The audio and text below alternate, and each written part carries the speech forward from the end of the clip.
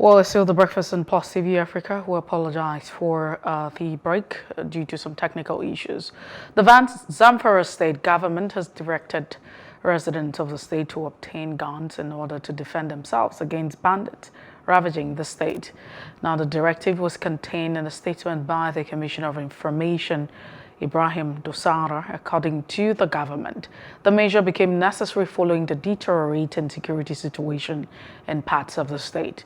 The commissioner noted that the government had already concluded arrangement to distribute 500 forms to each of the 19 emirates in the state for those willing to obtain guns. Beyond obtaining guns, the state government also ordered for the recruitment of 200 additional community protection guards in each of the 19 emirates. We have our guest joining the conversation this morning, Abrose. Igboke. It's good to have you join us. He's a security expert. Good morning. All right. Let's get straight to it now. Looking at the current situation, I mean, the call by the Zamfara state government, what do you make of it? Don't you think that this is actually contrary to the constitution, where you have the government solely, I mean, we're talking about the issue of security, which is in the exclusive list at this point? Well, first of all, the Zamfara state governor and the government and the people of Zamfara state are frustrated. They are pushed to the wall when it concerns the security in their state. They have been helpless victims of banditry, terrorism, and whatever name of violence or insecurity you can call. So they have waited for the federal government to intervene. The intervention don't seem to be coming, and they are being slaughtered every day. So it is a expression of a frustration that have gone on. And so as the chief security officer, the state governor feels that he needs to protect his people because they have been left open to attacks without any remedy in sight. Now, in Nigeria, it is not a crime to own a gun.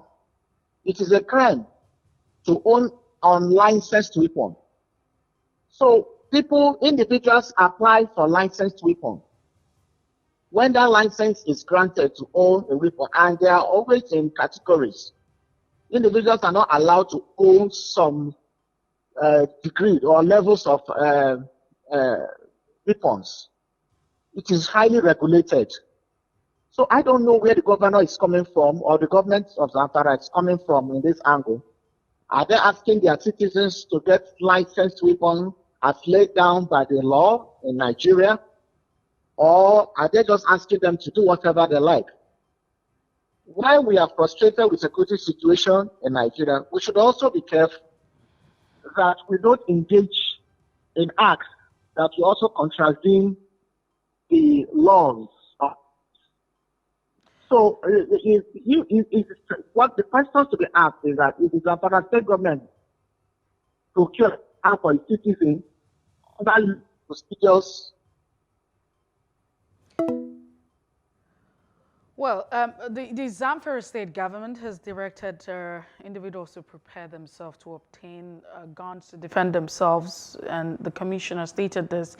It's also been stated that the government is facilitating people, especially farmers, to secure basic weapons for defending themselves. I mean, 500 forms would actually be put out there to the 19 emirates for them to secure this gun. So, however, it feels like it's a very coordinated effort by the government for persons to get themselves very armed.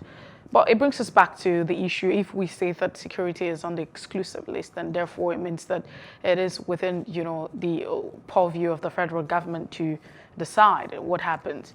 But if we've had constitutional review, if governors are now beginning to take actions by themselves and asking that their citizens begin to arm themselves and go through the procedure, because the government has not said that it's illegal for people to bear arms, but they have to, acquire these arms legally.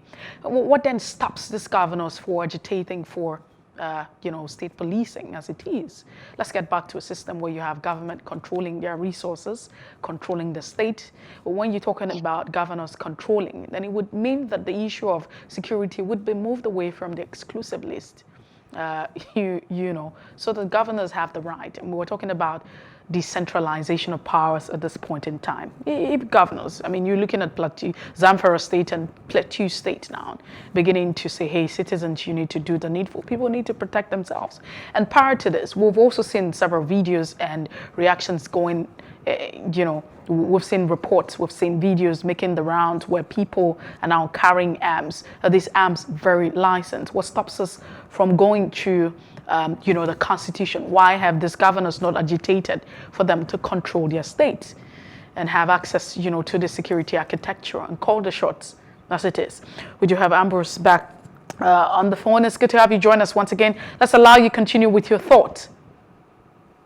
Yes. As I was saying, we don't know the criteria or the parameter. The criteria is known. Zamfara state government is asking, has made provision for forms to be sent out.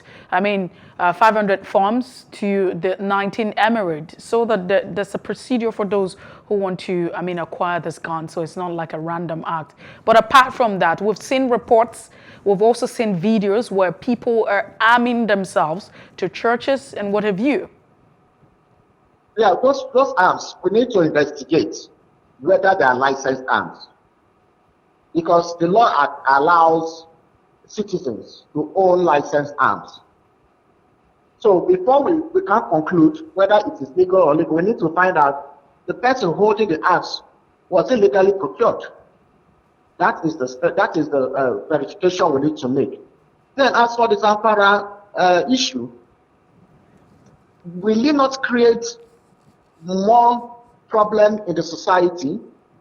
For example, those people you are procuring gun for, let's even assume, for the sake of assumption, that they are procuring the arm through the legal means. Now, are those people trained in the use of firearms? Are they going to be trained in the use of firearms, especially when it comes to safety, when it comes to the temperament that you use in handling firearms? Or are we going to have issues of neighborhood and domestic use of firearms in terms of using it to kill each other? So these are the areas we need to look at. They need to be trained in the use of firearms. They need to be trained in the psychology of handling firearms. And the firearms have to be procured according to the laid down rules and regulations. Anything short of that is what is going to cause a counterproductive measure. Because we are trying to solve one problem. We don't want to escalate by creating another. So instead of that, I will advocate, for example, for forming vigilante groups, civilian JTF, that can collaborate with existing structures.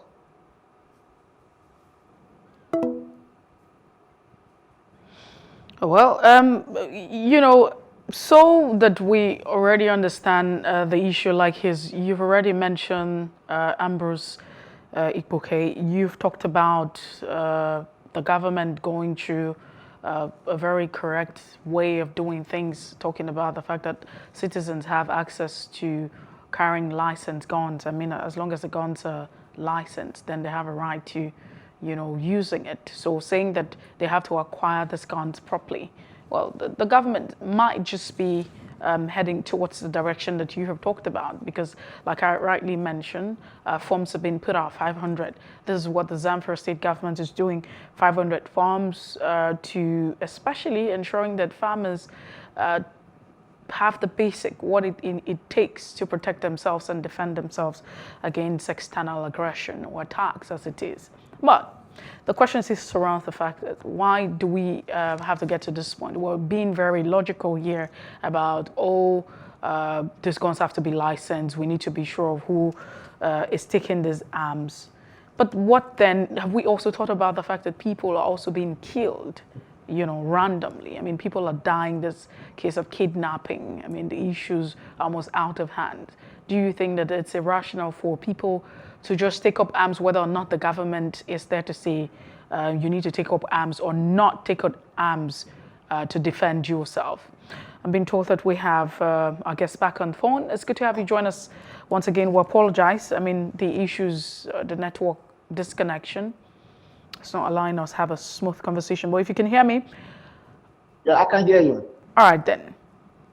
So you have talked about the dangers of all of this, but how did we even get to this point where it is government's responsibility? And some people will argue that it's in the exclusive list, and therefore you're talking about the federal government here being saddled with the responsibility of security.